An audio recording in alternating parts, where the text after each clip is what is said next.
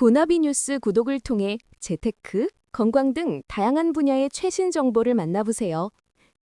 네, 안녕하세요. 오늘 딥다이브에서는 여러분이 공유해주신 마이크로소프트 투자 분석 보고서를 함께 살펴보겠습니다. 핵심 질문은 이거죠.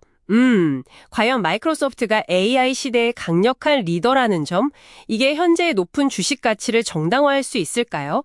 네, 이 보고서들을 바탕으로 마이크로소프트의 성장 엔진은 뭔지, 또 숨겨진 위험은 없는지, 그래서 투자자로서 우리가 딱 알아야 할 핵심, 그걸 파헤쳐 보겠습니다. 자, 바로 시작하죠.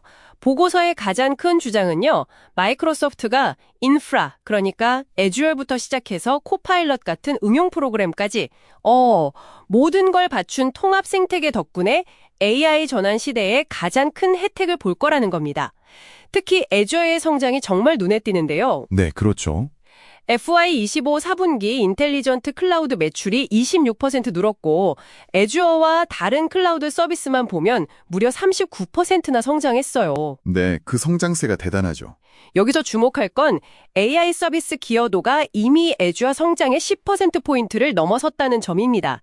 이게 뭘 의미할까요? 네, 그 부분이 아주 흥미롭습니다. AI가 단순한 추가 기능이 아니라 이미 애주어 성장을 이끄는 핵심 동력이 되었다. 뭐 이런 뜻이죠. 10%포인트 기여는 결코 작은 수치가 아니거든요. 그렇군요. 그리고 보고서 데이터를 보면 클라우드 시장 경쟁 고도도 좀 바뀌고 있어요. AWS가 여전히 1위지만 애저가 그 점유율 격차를 꾸준히 좁히고 있다는 거죠. 특히 캐널리스 데이터 기준으로 보면 애저 성장률이 GCP를 앞질렀다는 건 이건 꽤 의미 있는 변화 신호로 볼 수 있겠죠. 아, GCP까지 제쳤군요. 네, 애저 OPI 서비스 기업 고객이 벌써 11,000개를 넘었고 애저 아크 고객도 36,000개서에 달한다는 이런 구체적인 수치들이 이런 흐름을 뒷받침하고요. 와, 여기가 정말 재미있어지는 지점 같은데요. 바로 코파일럿입니다. 네, 코파일럿. 마이크로소프트 365 안에 AI 비서를 딱 넣어서 FY23 기준으로 이미 3억 명이나 되는 그 방대한 팀스 사용자를 기반으로 새로운 수익을 만들겠다 이런 전략이잖아요. 맞습니다. 그 기반이 엄청나죠. 팀스 프리미엄 같은 추가 기능 유료 사용자도 꽤 빠르게 늘고 있다면서요? 일단 출발은 좋아 보이는데요. 네, 긍정적인 신호로 볼 수 있습니다. 그리고 이런 AI 전략을 이렇게 강력하게 밀어붙일 수 있는 건 역시 그 압도적인 인프라 투자 덕분입니다. 인프라 투자요? 네. 수십만 개의 GPU 확보 계획이라든지 엔비디아의 최신 GB300 클러스터 도입, 심지어 블랙락 같은 투자사랑 같이 데이터 센터 기업, 그 얼라인드 데이터 센터즈를 인수해서 5기가와트가 넘는 전력 용량을 확보했다는 건데요. 5기가와트요? 와... 이건 뭐 경쟁자들이 쉽게 따라하기 힘든 일종의 뭐랄까 기술적 해자를 구축하는 셈입니다. 이건 마치 AI 고속도로 경쟁에서 마이크로소프트는 이미 10차선 도로를 깔고 전용 발전소까지 짓는 그런 격이네요. 따라가기 진짜 힘들겠어요. 그렇죠. 이게 결국 애저 성능을 높여서 더 많은 고객, 그러니까 워크로드를 유치하고 그 고객들이 다시 코파일럿 같은 AI 서비스를 쓰게 만들고 거기도 나온 수익은 또다시 인프라에 투자되는 이런 선순환 구조를 만드는 핵심인 거죠. 듣고 보니 다른 사업 부문들도 이 AI 전략하고 다 연결되어 있는 것 같아요. 네, 맞아요. 생산성물 비즈니스 프로세스 부문은 꾸준한 캐시카우 역할을 하면서 동시에 코파일럿을 퍼뜨리는 유통망 역할을 하고요. 게임 부문도 그 액티비전 블리자드 인수하고 나서 구독 서비스, 게임 패스 중심으로 성공적으로 바뀌면서 하드웨어 판매 부진을 잘 메우고 있잖아요. 네, 게임 쪽 전환이 아주 성공적이죠. 파트너 생태계나 그 연간 100%씩 성장한다는 마켓플레이스도 애주어 사용을 늘리는 데 중요한 역할을 하는 것 같고요. 다 연결되어 있는 거죠. 하지만 당연히 위험 요인도 있습니다. 어떤 것들이 있을까요? 가장 눈에 띄는 건 역시 AI 인프라에 들어가는 막대한 자본 지출, 그 캐펙스죠. 설비 투자 비용인데요.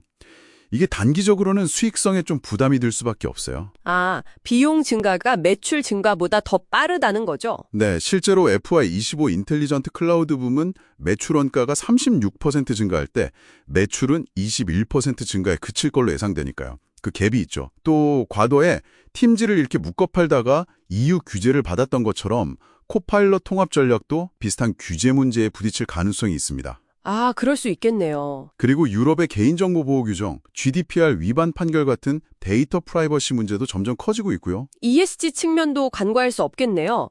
탄소 중립 목표는 되게 야심차지만 스탠드드 얼스트 보고서 같은 데서 지적하듯이 AI 데이터 센터가 워낙 전력을 많이 먹으니까요. 그렇죠. 그게 평판이나 운영에 부담이 될 수 있다는 거죠. 네, 그리고 마지막으로 역시 현재 주가 수준입니다. 밸류에이션 문제군요. 보다도 높은 수준이에요.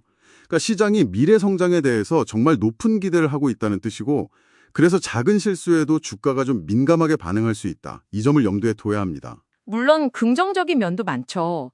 자기자본이익률 ROE, 총자산이익률 ROA 같은 수익성 지표는 여전히 높고 재무 상태도 탄탄하고요. 배당이나 자사주 매입 같은 주주 환원도 꾸준히 하고 있고요. 네, 펀더멘털 자체는 견고합니다. 월스트리트 분석가들도 대부분 매수 의견을 내고 있긴 하더라고요. 맞아요. 컨센서스는 상당히 긍정적이죠. 자, 그럼 이 모든 정보를 종합하면 어떤 결론에 도달할 수 있을까요? 보고서는 기본적으로 마이크로소프트가 AI 혁명의 강력한 수혜자이고 장기 투자 매력도 높다고 보고 있습니다. 통합된 생태계와 기술력은 확실히 강력한 무기니까요. 네, 그건 분명해 보여요. 하지만 동시에 높은 가치 평가, 그러니까 밸류에이션 부담, 단기적인 이익률 압박, 그리고 규제 리스크라는 세 가지 숙제를 안고 있다는 점도 분명합니다. 그래서 보고서는 장기 투자자에게는 매수를, 하지만 현재 가격이 좀 부담스러운 가치 투자자라면 조정을 기다리는 보유 의견을 제시하고 있어요. 그러니까 지금 가격에는 미래의 완벽한 성공 스토리가 상당히 반영되어 있다. 이 점을 기억해야 한다는 거군요. 네, 정확합니다. 기대치가 매우 높다는 거죠. 오늘 딥다이브를 마무리하면서 여러분께 이런 질문을 던져보고 싶습니다. 재무 분석이나 기술 경쟁 구도를 넘어서요. AI를 운영하는 데 필요한 그 막대한 에너지 소비 문제나 데이터 프라이버시 같은 이슈들 있잖아요. 이런 윤리적이고 환경적인 문제들이 결국 마이크로소프트의 장기적인 성장과 사회적인 운영 허가에 어떤 영향을 미치게 될까요? 흥미로운 질문이네요. 어쩌면 이것이 시장 점유율보다 더 중요한 변수가 될 수도 있지 않을까요? 한번 생각해 볼 문제인 것 같습니다. 다음 딥다이브에서 또 흥미로운 분석으로 찾아뵙겠습니다. 지금까지 고나비 뉴스였습니다. 구독, 좋아요, 알림 설정으로 응원해주세요. 감사합니다.